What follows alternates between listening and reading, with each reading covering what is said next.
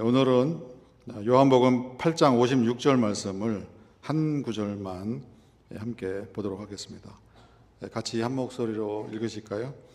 그대들의 조상 아브라함은 나의 날 보게 되기를 즐거워하였는데 마침내 보고 기뻐하였느니라. 아멘. 예수님의 오심 그들은 알았다. 이렇게 건방진 제목을 달았는데요. 다시 이제 바꿔야겠죠? 예수님의 오심 그분들은 아셨습니다. 이렇게 하죠. 저를 따라서 한번 제목을 같이 한번 해보실까요? 예수님의 오심 그분들은 아셨습니다. 네, 저희가 성탄의 의미 또는 좀 상투적이지만은 좀 거창하게 얘기하면은 이 성탄에 담긴 비밀, 영적인 비밀을 우리가 함께 묵상하는 그런 시간을 가지고 있어요. 오늘은 두 번째 날로 예수님의 오심에 대해서 그분들은 아시고 계셨구나. 그 부분을 우리가 묵상을 해보려고 합니다. 구약은 예수님이 이 세상에 오실 것을 기다리고 준비하는 기간이었다. 이렇게 말할 수 있어요. 구약에는 오실 메시아에 대한 예언이 여러 사람들을 통해서 다양하게 기록되어 있어요. 구약에서 일어났던 일들, 그거는 메시아이신 예수님을 상징하는 그런 역할을 하죠. 예수님도 구약 전체를 언급하시면서 나에 대해서 기록한 것이다. 또 사도 바울도 로마서를 시작하면서 구약의 선지자들과 교부들과 그런 족장들과 그리고 그 모든 예언하는 사람들이 또 율법에서 말한 그분 예수님 그분에 대한 증언을 내가 한다 이렇게 말을 했어요. 구약 성경 전체가 또는 구약에서 살았던 이스라엘 백성의 삶 전체가 오실 메시아를 기다리고 오실 메시아를 준비하는 그런 기간이고 내용이었다는 것을 우리가 알게 됩니다. 우리가 그 의미를, 그 비밀을 함께 파헤쳐서 우리도 그런 사실에 대해서 정확하게 깨닫고 우리도 그 기쁨에 함께 동참하시는 우리 성도님들 다 되시기를 바랍니다. 예수님이 이 땅에 오시는 것은요, 이미 에덴 동산에서 여호와께서 약속해 주신 내용이에요. 여호와께서 약속하신 거예요. 우리가 잘 아듯이 아담과 하와가 하늘 아버지의 명령에 불순종을 했어요. 그래서 흙으로 돌아가는 그런 결과가 초래되었고요. 그리고 뱀에게 이제 저주를 퍼부으시는 거예요. 그 여파로 어쨌든 아담과 하와가 에덴에서 추방당했어요. 하늘아버지의 임재로부터 쫓겨나는 그런 저주를 받게 됐어요. 그리고 흙으로 돌아가는 그런 신세가 됐어요. 그때 아버지께서 약속을 주셨어요. 뱀에게 저주를 내리시는 그 장면에서 약속이 주어지게 됐어요. 그 내용 창세기 3장에 기록되어 있죠. 내가 여호와께서 하시는 말씀이에요. 내가 너로 사탄이에요. 뱀에게 하는 말씀이에요. 여자와 원수가 되게 하고 원수라는 용어를 사용하세요. 내 후손도 여자의 후손과 원수가 되게 하리니 원수라는 용어를 또 사용하세요. 여자의 후손은 내 머리를 상하게 할 것이요 너는 그의 발꿈치를 상하게 할 것이니라. 여기에 너로 또는 내 후손으로 이렇게 언급하신 이 정체가 누구냐? 뱀에게 얘기하는 거예요. 이 뱀의 정체가 누구냐? 요한계시록 12장에 보면은요, 그 사도 요한이 하늘이 열려지고 영의 세계에 용이 한 마리 나타나는데 이 용의 정체가 옛 뱀이다 이렇게 언급을 하고 있어요. 그 용은 옛 뱀인데 마귀 또는 사탄이라고도 불리며 온 천하를 속이는 자입니다. 이렇게 기록을 해줬어요. 이 옛뱀 에덴 동산에 나타나서 하와를 속이고 하와를 유혹해서 여호와 하늘 아버지의 명령에 불순종하게 만든 이 속이는 역할을 한 이 뱀, 그의 정체가 사탄이었고 그의 정체가 마귀였다. 그런 보고를 우리에게 해주셨어요. 그때 여호와께서 먼 미래에 여인의 후손에서 인류를 구원할 메시아가 나타날 것을, 그리고 그들로 하여금 쫓겨난 에덴으로 다시 되돌아오게 하고 하늘 아버지와의 관계가 다 단절되었던 상황에 처해지고 사탄의 노예살이를 할 수밖에 없는 그런 존재로 전락했던 인류를 다시 하늘 아버지의 자녀로 회복시키는 그런 일을 내가 약속하마, 그 약속을 주셨어요. 그리고 아담과 하와에게 가죽옷을 지어서 입혀주셨어요. 아마 그 약속의 비밀을 하늘 아버지께서 아담과 하와에게 아마 계시해 주셨을 거예요. 어린 양을 잡아서 그 어린 양의 피를 통과해서 에덴으로 되돌아갈 수 있는 길이, 영의 세계로 되돌아갈 수 있는 길이, 다시 아버지와 자녀의 관계로 되돌아갈 수 있는 그 길이 열려지게 된다는 하늘의 비밀을 알려주셨을 거예요. 그리고 그것을 아들들에게, 가인과 아벨에게도 전수해 주었을 거예요. 그런데 그것을 가인은 이해하지 못했고 아벨은 그것을 무슨 말인지 알아들었던 거예요. 여호와께서 약속하신 그 메시아의 의미가 무엇인지를 아벨은 알고 계셨구나. 그것을 성경이 우리에게 알려줍니다. 창세기 3장에 이런 내용이 기록되어 있죠. 세월이 지난 후에 가인은 땅의 소산으로 제물을 삼아 여호와께 드렸고 아벨은 자기도 양의 첫 새끼와 그 기름으로 제물을 삼아 드렸더니 여호와께서 아벨과 그의 제물은 받으셨으나 가인과 그의 제물은 받지 아니하신지라. 이것은 아벨의 순종을 의미합니다. 아버지 아담으로부터 이 제사의 의미에 대해서 충분히 설명을 들었을 것이고요. 이 어린 양의 첫 새끼죠. 어린 양의 피로 제사를 드리는 것의 의미가 뭔지를 다 들었을 거예요. 아벨은 순종했고요. 가인은 에덴 동산에서 아담과 하와가 불순종한 것처럼 불순종으로 들어갔어요. 하늘 아버지께서 아벨의 제물은 받아주신 거예요. 이 사실 속에 우리는 중요한 내용을 확인하게 됩니다. 아벨은 여호와께서 약속하신 그 여자의 후손, 그분이 미래에 인류의 구원을 위해서 이 세상에 오실 것이다. 그 사실을 아벨은 아셨던 거예요. 그래서 양의 첫 새끼, 곧 어린 양이 예수님의 대속의 죽음을 의미하는 것이고요. 그런 예수님의 대속의 죽음을 통해서 인류가 구원받게 될 것이다. 그런 내용을, 그런 내막을, 그런 비밀을 알아차린 거예요. 그래서 이 아벨의 제사에 담겨 있는 어린 양으로 제사를 드린 그 의미는 이렇게 우리가 설명할 수 있어요. 지금은 이 어린 양이 내 죄를 대신하여 죽지만 언젠가는 약속된 여호와께서 약속하신 그 여자의 후손, 곧 예수님이 하나님의 어린 양으로 오셔서 사탄의 머리를 상하게 하고 온 인류의 죄를 대속하는 날이 올 것이다. 이걸 믿은 거예요. 그래서 히브리서에서는 아벨은 믿음으로 어린 양으로 제사를 드렸고 그것으로 인해서 의로운 자라 하는 칭호를 받았느니라. 그런 말씀을 우리에게 전해주고 계세요. 아벨의 믿음이 그것이었구나. 예수님을 믿은 것이고 예수님을 통한 인류 구속, 그것을 믿은 것이구나. 어떻게 그 비밀을 알게 되었을까? 그거는 아버지 아담으로부터 그 내용을 전수받은 거예요. 그것을 믿은 거고요. 가인은 믿지 않은 것이에요.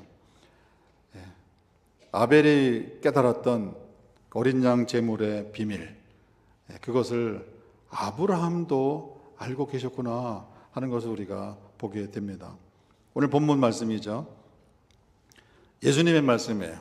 그대들의 조상 아브라함은 나의 날을 보게 되어 즐거워했도다. 예수님이 1500년 세월이 흐른 다음에 오실 것을 그 예전 옛적에 이미 다 아시고 깨닫고 보시고 즐거워하셨다는 거예요. 그리고 실제로 마침내 보았고 기뻐하였느니라. 그렇게 말씀하셨어요.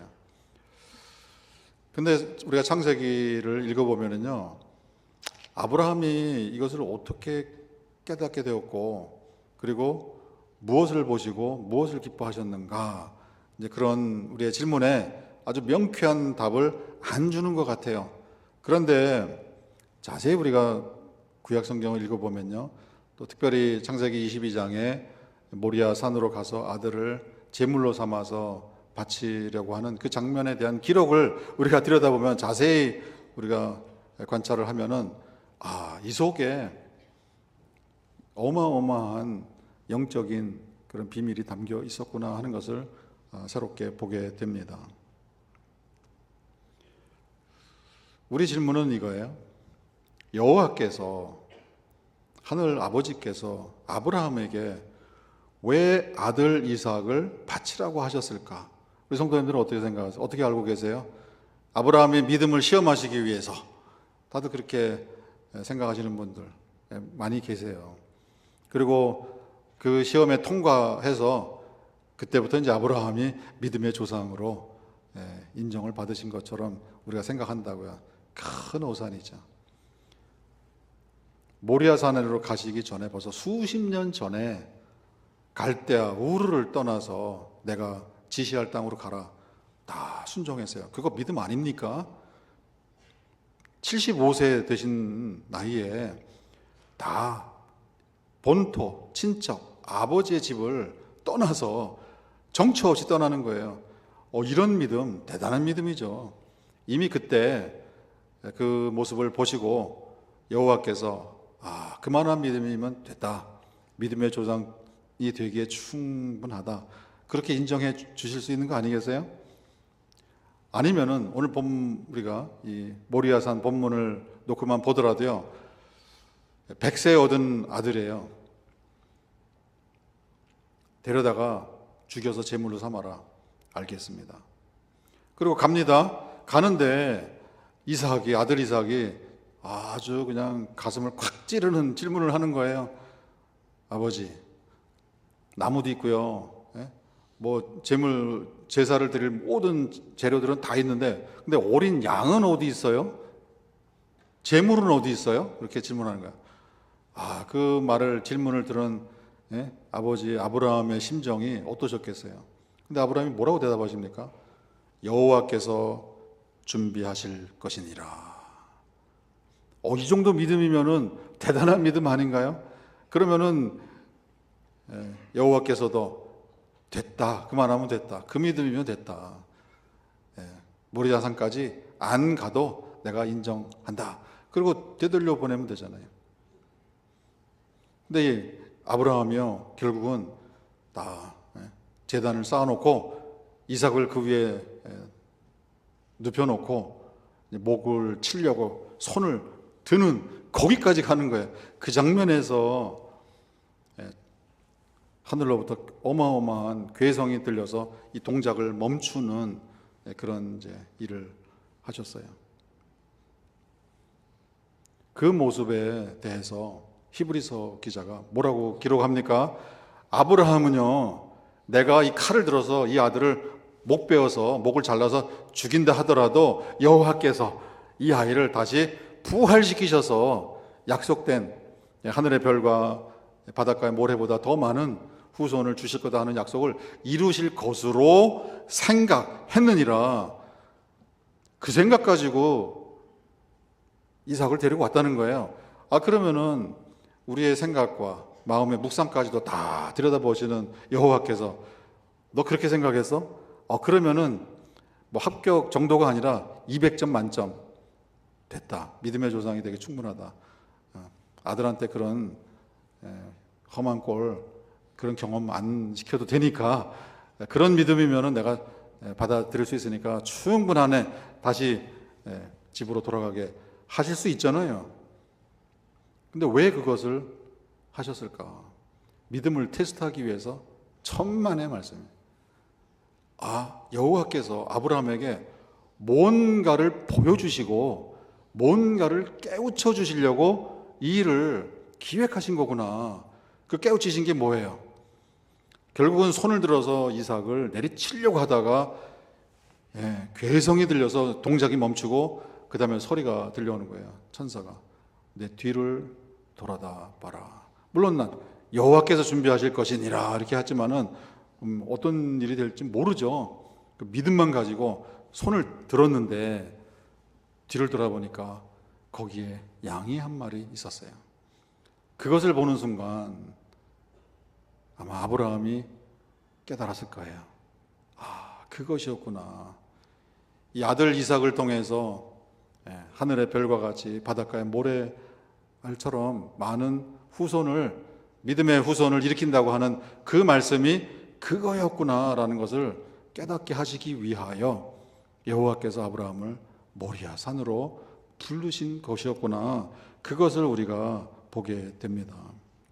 그때 모리아 산에서 아브라함은 예수님이 오실 것을 미리 보았던 것 같습니다. 그리고 그 모습 속에서 이 어린 양의 제물로 드려지는 그 어린 양을 통해서 그 하늘의 큰 비밀을 드디어 깨닫고 주체할 수 없는 그 황홀한 기쁨을 선사받고, 그리고 아들 이삭과 다시 되돌아오는 그 은혜의 자리로 아버지께서 불러주신 것이었구나 하는 것을 우리가 보게 됩니다. 예수님이 메시아로 이 땅에 오시는 것은 죽음을 통과해서 여호와 하늘 아버지께서 능히 다시 살리는 일을 통하여 온 인류를 구원하시는 그 계획이 이 속에 있는 것이구나 하는 것을 아브라함이 깨달으셨어요. 참으로 깊은 영적인 깨달음이고요. 그 예수님을 믿는 믿음으로 수천 년 세월을 꿰뚫어 보고 그 시대의 기쁨과 감사로 환희 가운데 황홀한 그런 감격을 늘 가슴에 담고 사는 그런 믿음의 조상이 되신 거예요. 그런데 이런 예수님의 메시아의 오심에 담겨 있는 이 비밀을 모세도 알고 계셨어요. 우리 신명기에 보면은요, 이런 내용이 기록되어 있잖아요. 내 하나님 여호와께서 너희 가운데 내 형제 중에서 너희를 위하여 나와 같은 선지자 한 분을 일으키실 것이다. 모세가 나와 같은 선지자를. 그런데 이것은 모세와 대등한 수준을 의미하는 그런 내용이 아니에요. 모세 자신은 히브리 민족을 애굽의 노예살이로부터 해방시키는 그 사명을 받고 파송받아서 그 일을 이루었지만은 후대에 너희 가운데에서 나와 같은 선지자 한 분이 나타나실 것인데, 그분은 영적인 이스라엘을 사단의 권세로부터 해방시켜서 하나님의 나라로 데리고 들어가는 그 일을 행하실 것이다. 그 말씀을 지금 하고 있는 거예요. 나와 같은 선지자 한 분을 일으키실 것이다. 자신의 후손 가운데 일어날 거지만은 그분은 나보다 더 위대한 일을 하실 것이다라는 것을 모세는 아셨어요. 영의 세계에 지금 무슨 일이 준비되고 있는지를 모세는 알고 이 세상을 사신 거예요. 예수님이 이 땅에 오셨어요.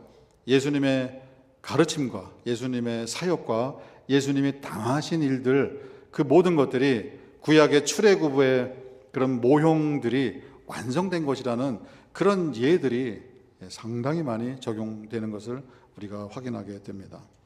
그런데 그런 사실을 다윗도 알고 계셨다는 것을 우리에게 보여줍니다. 시편 110편 말씀인데요. 여호와께서 내 주님에게 말씀하시기를 내가 내 원수들로, 이 원수들을 말합니다. 여인의 후손으로 오는 분이 뱀의 사탄의 원수가 되고요. 이런 원수가 되는 관계인 것을 이미 에덴 동산에서 말씀하셨는데, 여호와께서 다윗이 말하는 내 주님에게 내가 내 원수들로 내 발판이 되게 하기까지 너는 내 오른쪽에 앉아 있으라. 이 주님이라고 호칭하고, 다윗이 주님이라고 호칭하고 있는 이분은 다윗의 후손 가운데 이새의 뿌리에서 가지가 나오는 거예요. 이새의 후손, 다윗의 자손 가운데 메시아가 나온다, 그런 예언이 있는데, 다윗 자신은 그분이 육신으로 내 먼 후손 거기에 그치는 것이 아니라 그분은 나의 주님이시다. 그것을 다윗은 알고 있었던 거예요. 육대로는, 육신의 혈통으로는 내 혈통에서 나실 것이지만은 그분은 단순한 인간이 아니라 그분은 신이시고, 그분은 창조주 여호와께서 육신을 입고 오시는 분이라서 그분은 나의 주님이시다. 이것을 다윗은 깨닫고 있었어요. 이런 영적인 비밀을, 예수님의 메시아 탄생의 비밀을 이분들은 이미 다 알고 계셨구나. 이사야 선지자도 알고 계셨어요. 물론 성경에 아버지의 일꾼으로 활약하신 모든 선지자님들은 다 그런 사실을 알고 계셨고요. 이스라엘 백성에게 끊임없이 그 사실을 알려주신 거예요. 그러나 구약의 이스라엘 백성들은요, 그런 사실을 깨우치지 못했어요. 깨우치지 못했어요. 예수님이 오셨을 때에 유대 종교 지도자들 깨우치지 못했어요. 예수님이 이 땅에 오시는 그 비밀을 아벨이 깨달았고, 아브라함이 깨달았고, 모세가 깨달았고, 다윗이 깨달았고, 모든 여호와의 사람들이 깨달은 그 비밀을 유대 종교 지도자들이 깨닫지 못했고요, 유대인들이 깨닫지 못했던 거예요. 이사야 선지자가 이런 말씀을 주셨어요. 이사야 7장 말씀인데요, 여호와께서 친히 징조를 너희에게 주실 것이라. 보라, 처녀가 잉태하여 아들을 낳을 것이요 그분의 이름을 임마누엘이라 하리라. 처녀가 잉태하여 아들을 낳는데, 임마누엘, 하나님이 우리와 함께 계시다. 그분은 하나님이시다. 그거를 엘이시다, 신이시다라는 것을 이사야는 알고 계셨던 거예요. 그리고 이사야 9장에서는 이런 예언을 합니다. 이는 한 아기가 우리에게서 나실 것입니다. 한 아들을 우리에게 주실 것입니다. 그분은 어깨에 정사를 매실 것입니다. 이 정사라는 것은 government예요. 이 정부를 지고 가실 것입니다. 이것은 온 세상을 통치하시는 통치자라는 의미가 되는 거예요. 그분의 이름은, 그분의 성함은, 정확하게 번역하면 성함이라고 해야겠죠. 그분의 성함은 기묘자라, 원더풀 이렇게 번역이 돼요. 보혜사라, 카운슬러, 그리고 전능하신 신이라, Almighty God, 전능하신 신이시라. 그리고 영존하시는 아버지라, Eternal Father, 영원한 아버지이시다. 그리고 평화의 왕이시다, Prince of Peace, 평화의 왕이시다. 이 아기의 이름이 이렇다는 거예요. 이분은 그냥 아기가 아니죠. 여느 가정에서 태어나는 그런 아기가 아니다라는 것을 이분이 아셨어요. 기묘자, 보혜사, 전능하신 신, 영존하시는 아버지. 이 아기의 이름이, 성함이 아버지래요. 평화의 왕으로 불리실 것입니다. 다 아셨구나, 이분들은. 그리고 예수님께서 어떤 모양으로 죽임을 당하실지 그것까지도 아셨어요. 이사야 53장의 내용입니다. 오늘날까지도요, 이스라엘 사람들, 유대인들은요, 이사야 53장을 읽지 않습니다. 유대인들의 성경에 이사야 53장이 없습니다. 인정하기 싫은 거예요. 이스라엘 사람, 지금도 유대인들은요, 초림으로 오신 예수님을 믿지를 않아요. 그들에게는 재림이라는 게 없어요. 메시아는 한 번만 오시는 거예요. 그러니 이사야 53장을 2000년 전에 오신 예수님에 대한 예언이라는 것을 인정을 하지 않는 것이죠. 이사야 53장에서 그래서 우리가 유대인들에게 선교하거나 전도할 때요, 뭐 다른 설명이 필요 없어요. 당신들은 이사야 53장을 왜 안 읽습니까? 그 한마디만 하면 돼요. 이사야 53장을 읽으세요. 그리고 이사야 53장을 받아들이세요. 그것이 그들에게 엄청난 충격이 된다고요. 이사야 53장에서 이사야 선지자가 이런 말씀을 하셨어요. 그는 실로 우리의 질고를 지고 우리의 슬픔을 당하였거늘 우리는 생각하기를 그는 징벌을 받아 하나님께 맞으며 고난을 당한다 하였노라. 그가 찔림은 우리의 허물을 인하며 그가 상함은 우리의 죄악 때문이라. 그가 징계를 받음으로 우리는 평화를 누리고 그가 채찍에 맞음으로 우리는 나음을 받았도다. 이분들은 예수님이 메시아로 이 세상에 오시는 그 의미를, 그 영적인 비밀을 다 꿰뚫어 알고 계셨구나. 그것을 우리에게 알려주세요. 모든 선지자분들 다 아신다고 했지만 그 중에 특별히 미가 선지자, 이분은 메시아가 어디에서 태어날지를 그것까지도 알고 계셨구나. 미가서 5장의 말씀이죠. 베들레헴 에브라다야, 너는 유다 족속 중에 작을지라도 이스라엘을 다스릴 자가 내게서 내게로 나올 것이라. 그의 근본은 상고에 영원에 있느니라. 그분의 출신이 베들레헴에서 이스라엘을 다스릴 자가 나오시는데 그분의 출신이 상고에 영원에 있느니라. 그분의 근원이, 이 말씀은요, 그분이 본래 소속되어 있었던 곳이, 계셨던 곳이 영계이니라, 영의 세계이니라, 영원한 세계에 있느니라.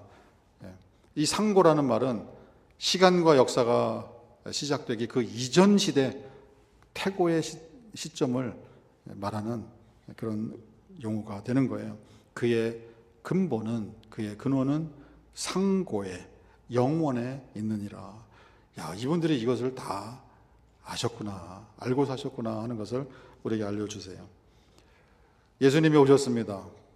예수님이 이 구약의 모든 예언들의 이제 마지막 정점을 찍는 그분을 이제 인정을 해주셨어요. 그분은 다름 아닌 세례 요한이셨어요. 세례 요한도 에덴 동산에서부터 가죽옷을 지어 입히신 그 의미, 어린 양을 잡아서 하늘 아버지께서 아담과 하와에게 가죽옷을 입혀주신 그 의미, 아벨이 양의 첫 새끼와 그 기름으로 제사를 드린 그 의미, 그리고 그것을, 그 전통을 죽이려고 사탄이 가인을 동원해서 아벨을 죽여야만 했던 그 비밀, 그거를 세례 요한이 다 알고 계셨구나.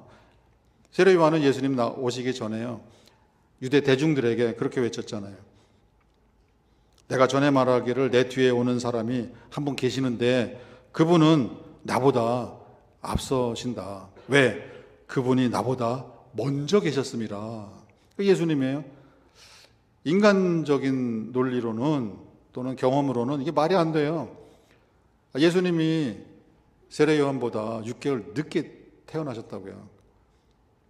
근데 예수님이 오셔서 세례 요한, 내가 형이야. 그러면 세례 요한이 뭐라 그랬어요? 넌 나한테 동생이야. 자네가 나보다 6개월 늦게 태어났잖아. 그러면 이게 말이 됩니까? 안 되죠.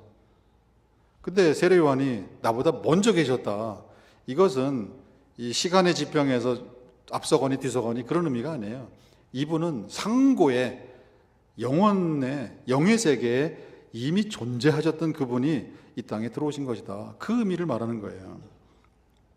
예수님께서 그런 말씀을 주셨어요. 모든 선지자와 율법 전체가 예언한 것은 요한까지니라. 세례 요한까지니라. 에덴 동산에서부터 그 아버지 주신 약속의 말씀이 무슨 의미인지, 그 비밀이 뭔지를 알고 예언한 모든 구약의 선지자들의 마지막이 세례 요한이었다. 그러면서 예수님이 그렇게 칭찬해 주셨어요. 여자가 여인이 낳은 자들 중에 세례 요한보다 큰 이가 일어남이 없도다. 그것은 아벨의 때로부터요, 말라기까지, 세례 요한 이전까지 이 메시아의 비밀, 예수님이 오시는 그 비밀을 깨달은 분들이 많이 계셨지만은 그분들이 예수님을, 이 땅에 육신으로 입고 오신 예수님을 직접 눈으로 본 것은 세례 요한이다, 그 말씀을 하는 거예요. 세례 요한이 뭐라 그랬습니까? 예수님이 자기에게 나아오시는 것을 보고 뭐라고 외쳤습니까? 보시오, 하나님의 어린 양입니다, 외친 거예요. 보시오, 하나님의 어린 양입니다. 이 말 속에는요, 에덴 동산에서 여호와께서 어린 양을 잡아서 아담과 하와를 위한 가죽옷을 지어 입히시고, 또 아벨이 어린 양으로 그 기름으로 제물을 삼아 드렸다가 형 가인한테 얻어맞아서 죽는 그 모든, 그리고 이스라엘 역사 전체를 통해서 제사를 드릴 때에 어린 양을 잡아 죽였던 그런 모든 그 이야기들, 그리고 이스라엘 민족이 출애굽할 때에 어린 양을 각 집에서 한 마리씩 잡아서 그 피를 문설주에 발랐던 그 역사, 이 모든 것의 결론, 하나님의 어린 양으로 이분이 오셨다는 것을 온 인류를 향해서 외쳐주신 거예요. 세례 요한은 이 어린 양의 비밀을 알고 계셨구나. 이분이 인류를 구원하실 제물로서 온 인류의 몸값을 지불하시고 속량하실, 그리고 구원을 이루실 그럴 분으로 오셨다라는 그 사실을 세례 요한은 아셨구나. 그것을 우리에게 알려주세요. 그래서 예수님이 여인이 나온 자 중에 세례 요한보다 더 큰 이가 없느니라, 그런 말씀을 주신 것이었구나. 영의 세계를, 예수님께서 이 땅에 오셔야만 했던 그 이유, 그리고 예수님이 이 세상에 오셔서 무슨 일을 하실 것인지를 깨닫고 사는 그것이 본향을 향한 눈을 열어주고요, 그리고 이 세상을 나그네와 같이 살다가 영원한 세계로 들어가는 그 소망과 그 기쁨과 그 감격으로 그분들이 다 이 세상을 사셨구나, 살다가 가신 거였구나, 그것을 우리에게 알려주세요. 그래서 히브리서에서 그 많은 믿음의 선진들에 대해서 얘기할 때요, 이분들은 본향을 소망하는, 이 세상에 모세도 그랬잖아요. 바로의 궁전에서 정말 천하를 호령하고 또 그것을 누리며 사는 것보다는 아버지의 나라에 차라리 문지기로 사는 것이 더 영광스럽다는 것을 이분들은 깨달았구나. 본향이 열려지고 영의 세계가 열려지고 아버지의 임재로 들어가는 그 길이 어떻게 열려진다는 것을 이분들은 알고 사셨구나 하는 것을 구약 전체가 웅변적으로 우리에게 보여주시는 것이에요. 물론 이제 예수님이 오셨을 때 아기 예수를 보고 예루살렘에서 이 예수님의 오심의 의미를 깨달은 무명의 시니어 분들이 계셨어요. 한 분의 성함은 시몬이라는 분이고요, 또 다른 한 분의 성함은 안나라는 분이세요. 드디어 여호와께서 이 종을 놓아주시는군요. 이방의 큰 빛이 드디어 이 땅에 임하셨습니다. 그것을 유대 종교 지도자들이 아니고요, 유대에 내노라는 신학자들이 아니고 예루살렘에 거주하시던 무명의 두 분의 시니어 분들이 그 영의 세계를 깨닫고 그런 외침을, 그런 선포를 대중 앞에서 하신 것을 우리에게 알려주셨어요. 그분들은 아셨구나. 그러면은 오늘 우리는 어떻습니까? 우리 성도님들은 그런 사실을 정말 깨닫고 정말 알고 사시는 분들 맞습니까? 아멘 하세요? 우리도 이런 얘기를 할 수 있으면 좋겠어요. 저를 따라 한번 해보실까요? 우리도 압니다. 다시 한번 할까요? 우리도 압니다.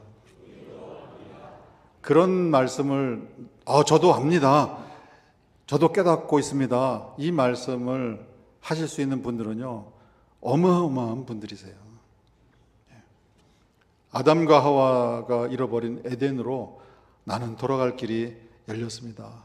아벨이 양의 첫 새끼를 제물로 삼아 그 기름으로 제물을 드렸을 때 가졌었던 그 환희와 그 소망과 그 기쁨과 그 영적인 그 깨달음, 그것이 우리 속에 있는 거예요. 우리는 우리 믿음의 선조들처럼 이 땅 우리가 살지만은 우리는 이 세상에 잠시 나그네로 사는 것일 뿐이고 우리의 본향은 영계에 있습니다. 영원한 세계입니다. 그 세계가 내 앞에 열려졌습니다. 우리가 뭐 장례식 때 부르는 찬송이긴 하지만은요, 그거는 장례식 때만 부르는 노래가 아니라요, 우리가 날마다 우리 가슴에 새기고 불러야 되는 노래예요. 하늘 가는 밝은 길이 내 앞에 있으니. 아벨이 그 세계를 본 거고요, 에녹이 그 세계를 본 거고요, 노아가 그 세계를 본 거고요, 아브라함이 그 세계를 본 거예요. 하늘 가는 밝은 길이 내 앞에 열려져 있구나, 그것을 보고 산 것이구나.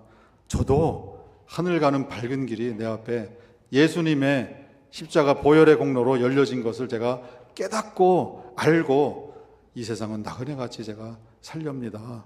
그 믿음으로 우리가 들어가 있는 거예요. 더 나아가서 에덴에서 추방되면서 하늘 아버지와의 관계가 다 단절된 죽음의 상태로 살았던 인류가 예수님을 통해서, 예수님이 오심으로 인해서 아버지와의 관계가 다시 회복됐구나. 그래서 우리가 여호와, 창조주 여호와 하나님을 아빠, 아버지라고 부를 수 있는 그 길이 열려지게 된 것이구나. 이것처럼 어마어마한 일이 어디 있습니까? 다윗이 내가 사망의 음침한 골짜기로 다닐지라도 나는 해가 전혀 두렵지 않습니다. 그 이유는 여호와께서, 나의 아버지께서 나와 함께 계시기 때문입니다. 원수의 목전에서, 사탄의 목전에서 내 앞에 상을, 잔치상을 베풀어 주시는 그분이 내 아버지입니다.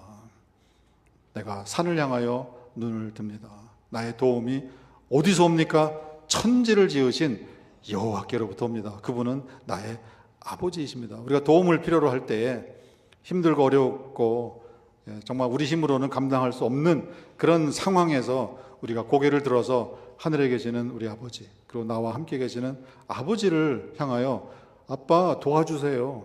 아버지, 육신의 아버지도 이렇게 힘들면 다 도와주실 건데 하늘 아버지 뭐 하세요? 이런 얘기를 우리가 감히 할 수 있는 그런 관계가 열려지게 된 거구나. 예수님이 오셔서 그것을 우리를 위해서 열어주신 것이구나. 그 비밀을, 그 의미를 우리가 깨달으면 평생 우리 가슴에 감사, 기쁨을 누리고 사는 우리가 될 것으로 확실합니다. 보라, 처녀가 잉태하여 아들을 낳을 것인데 그 이름을 임마누엘이라 하리라. 이분들은 이미 과거에 여호와께서 함께 계시는 삶을 사셨어요. 여호수아에게 주신 약속, 최고의 약속, 그리고 축복, 그게 뭡니까? 너는 두려워하지 말라. 너는 놀라지 말라. 강하고 담대하라. 어디로 가든지 너는 다 형통할 것이다. 그 이유는 내가 여호와께서 너와 여호수아와 함께 할 것이기 때문이니라. 임마누엘로 오셨어요. 여호와께서 하늘과 땅과 바다와 그 가운데 만유를 창조하신, 천지를 지으신 여호와께서 저와 우리 성도님들의 아버지가, 아빠가 되어 주셨어요. 그 길을 열어주시려고 예수님이 오신 거예요. 이 비밀을 우리가 깨닫고 성탄의 비밀을 깨달은 자로, 성탄의 비밀을 알고 사는 사람으로 우리가 이 성탄절을 맞이하시고, 이 성탄절, 2024년 성탄절을 통해서 우리의 삶에 이제까지 우리가 희미하게 알았던 그 의미를 확연하게 깨닫고 이제 이후로 정말 하늘 가는 밝은 길이 내 앞에 환하게 펼쳐진 그 소망과 그 기쁨과 그 능력으로 세상을 이겨내시는 우리 성도님들 다 되시기를 주님의 이름으로 축원드립니다.